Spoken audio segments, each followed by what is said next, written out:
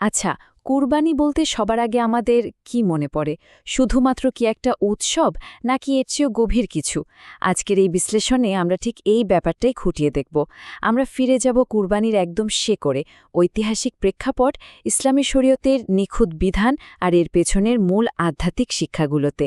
এটি শুধু কোনো বার্ষিক প্রথা নয়, এর পেছনে লুকিয়ে আছে হাজার বছরের পুরনো এক অভাবনীয় ত্যাগের ইতিহাস। তো চলুন এই সম্পূর্ণ আখ্যানের গভীরে প্রবেশ করা যাক। পুরো গল্পের শুরুটা হয় অত্যন্ত আবেগঘন একটা জায়গা থেকে। ভাবুন তো একবার, হজরত ইব্রাহিম আলাহিসাল্লাম জীবনের একেবারে গধূলি লগ্নে এসে পৌঁছেছেন, অথচ তার কোনো সন্তান নেই।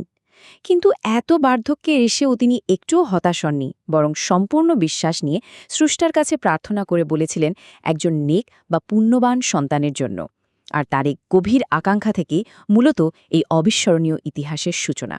দীর্ঘ প্রার্থনার পর সত্যি সত্যি ইতিহাসের বাঁক বদল হল। জন্ম নিল এক ভীষণ সহনশীল পুত্র সন্তান। নাম রাখা হলো ইসমাইল। কিন্তু পরীক্ষা তো সবে শুরু। ছেলেটা যখন একটু একটু করে বড় হচ্ছে, তখন স্রষ্টার নির্দেশে পিতাকে এক কঠিন সিদ্ধান্ত নিতে হলো। স্ত্রী আর দুধের শিশুকে রেখে আসতে হলো একেবারে জনমানবহীন মক্কায়। এরপর ছেলে যত বড় হতে লাগল, পিতার ভালোবাসাও ততই তীব্র হতে থাকল। আর ঠিক তখনই ছেলে যখন সদ্য ছোটাছুটি করার বয়সে পৌঁছাল, তখন এলো সেই চূড়ান্ত পরীক্ষার মুহূর্ত। স্বপ্নের নির্দেশ এলো সবচেয়ে প্রিয় বস্তুকে কুরবানি করার। ঐশী আদেশ পাওয়ার পর ইব্রাহিম ইসালাম কিন্তু সরাসরি ছেলের ওপর নির্দেশটা চাপিয়ে দেননি। নবীদের স্বপ্ন মানেই তো একেবারে ওহী বা ঐশী নির্দেশ, তাই না? কিন্তু তারপরও তিনি অত্যন্ত স্নেহভরে এই স্বপ্নের কথা তার ছেলের কাছে তুলে ধরলেন। তিনি মূলত দেখতে চেয়েছিলেন এই কঠিন আদেশের ব্যাপারে তার সন্তানের মানসিক প্রস্তুতি ঠিক কতটা। সম্মান আর বোঝাপড়ায় ঘেরা পিতাপুত্রের সম্পর্কের কি এক অনন্য দৃষ্টান্ত।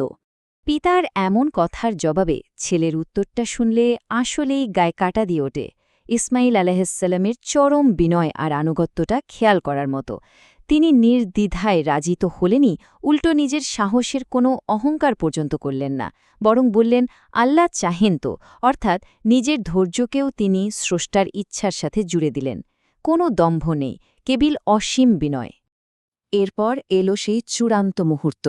পিতাপুত্র দুজনেই স্রষ্টার আদেশের কাছে নিজেদের সম্পূর্ণ সঁপে দিলেন। এখানে একটা ভীষণ সূক্ষ্ম আর হৃদয়স্পর্শী ঐতিহাসিক বিবরণ আছে। সাধারণত জবেহ করার সময় চিৎ করে শোয়ানোর নিয়ম থাকলেও ছেলেকে কিন্তু কাত করে শোয়ানো হয়েছিল। কেন জানেন? কারণ ছুরি চালানোর সময় সন্তানের চেহারার দিকে নজর পড়লে পিতৃস্নেহ যেন কোনোভাবেই কর্তব্যের পথে বাধা হয়ে না দাঁড়ায়। আন্তরিকতার এর চেয়ে বড় প্রমাণ আর কি হতে পারে? তাদের এই অভাবনীয় আত্মত্যাগ দেখে স্রষ্টা সন্তুষ্ট হলেন এবং ঠিক সেই মুহূর্তে নিজ কুদরতে সেখানে একটি চমৎকার পশু পাঠিয়ে দিলেন। মানে ছেলের বদলে সেই পশুটি কোরবানি করা হলো। আর ঠিক এখান থেকে জন্ম নিল সুন্নাতে ইব্রাহিমী পরিভাষাটির। ঐশী হস্তক্ষেপে পশুকে বিকল্প হিসেবে প্রতিষ্ঠিত করার এই ঘটনাই মূলত আমাদের বর্তমান কুরবানি রীতির সবচেয়ে বড় ভিত্তি। দ্বিতীয় অংশ, ইসলামী শরীয়তে বিধান ও তাৎপর্য। সুপ্রাচীন সেই ইতিহাস পরবর্তীতে কিভাবে আনুষ্ঠানিক বিধানের রূপ পেল, এবার চলুন সেটাই দেখে নেওয়া যাক। পবিত্র কোরআনের সূরা কাউসারে সৃষ্টার উদ্দেশ্যে কুরবানি করার স্পষ্ট নির্দেশ দেয়া হয়েছে। আর এই নির্দেশের ভিত্তিতেই নবীজি এই দিনটিকে গোটা উম্মাতের জন্য বার্ষিক উৎসব বা ঈদ-উল আজহা হিসেবে নির্ধারণ করেন। মজার ব্যাপার হল, মদিনায় অবস্থানকালীন পুরো 10 বছরই তিনি নিজে নিয়মিত কুরবানি করেছেন, যা থেকে একদম পরিষ্কার হয়ে যায় যে সামর্থ্যবানদের জন্য এটি একটি অত্যন্ত গুরুত্বপূর্ণ আবশ্যকীয় বিধান। এখন স্বাভাবিকভাবেই একটা ভীষণ গুরুত্বপূর্ণ প্রশ্ন সামনে চলে আসে। এই যে এত পশু কুরবানি করা হচ্ছে, এর গোশত, রক্ত বা চামড়া, এগুলোর কোনোটিই কি আসলে স্রষ্টার কাছে পৌঁছায়? অনেকেই হয়তো ভাবতে পারেন যে এই বাহ্যিক আয়োজনটাই বোধহয় মূল উদ্দেশ্য। কিন্তু আসলে ঘটনাটা কি? এর একদম নিখুঁত উত্তর লুকিয়ে আছে তাকওয়া শব্দটির মাঝে। সূরা হজের একটি আয়াতে স্পষ্ট বলা আছে, স্রষ্টার কাছে পশুর রক্ত বা গোশত কিছুই পৌঁছায় না, পৌঁছায় কেবল ভেতরের ক্ষুধাভীতি বা তাকওয়া। মানে হল নিয়তের বিশুদ্ধতা। কাজটা কি শুধু স্রষ্টাকে সন্তুষ্ট করার জন্যেই করা হচ্ছে, নাকি অন্য কিছু? বাহ্যিক প্রদর্শনী নয়, ভেতরের এই বিশুদ্ধ উদ্দেশ্যটাই কিন্তু কুরবানির আসল প্রাণ। তৃতীয় অংশ, কুরবানির 5টি অপরিহার্য শিক্ষা। এত বড় একটা আখ্যান থেকে আমাদের বাস্তব জীবনের জন্য 5টি দারুণ ব্যবহারিক আর আধ্যাত্মিক শিক্ষা আলাদা করা যায়। চলুন একে একে সেগুলো জেনে নিই।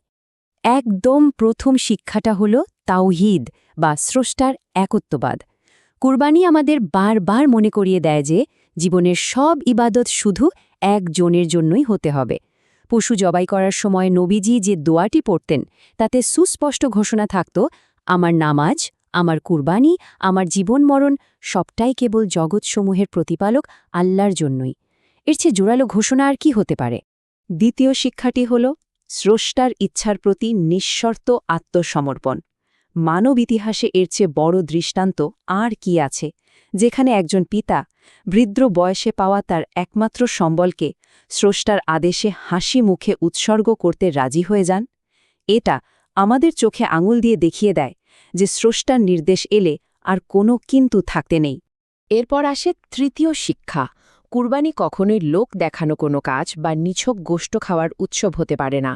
মনে আছে তো ইতিহাসের একদম শুরুতে হজরত আদমের 2 পুত্রের কুরবানির ঘটনাটি? একজনের কুরবানি কবুল হয়েছিল, অন্যজনের হয়নি। কারণ একটাই, তাকওয়ার অভাব। লৌকিকতা বা নাম কামানোর জন্য কুরবানি করলে সেটা শুধু গোশত খাওয়া ছাড়া আর কিছুই নয়। চতুর্থ শিক্ষাটা বেশ ইন্টারেস্টিং এবং ভাববার মতো।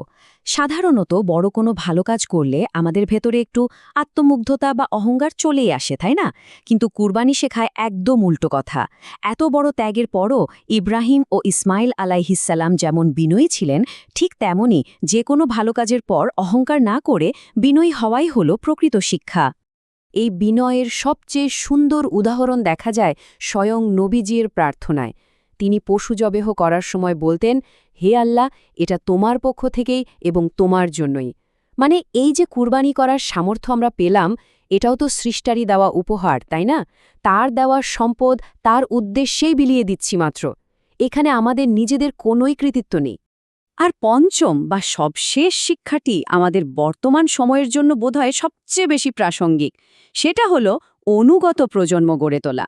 ইব্রাহিম আলাইসাল্লাম যেমন প্রার্থনা করে এক সুদৃঢ় সন্তান পেয়েছিলেন, ঠিক তেমনি আমাদেরও সন্তানদের মাঝে অটুট বিশ্বাস আর নৈতিক মূল্যবোধ গেঁথে দিতে হবে, যাতে যে কোনো পরিস্থিতিতে তারা সঠিক পথের ওপর অবিচল থাকতে পারে।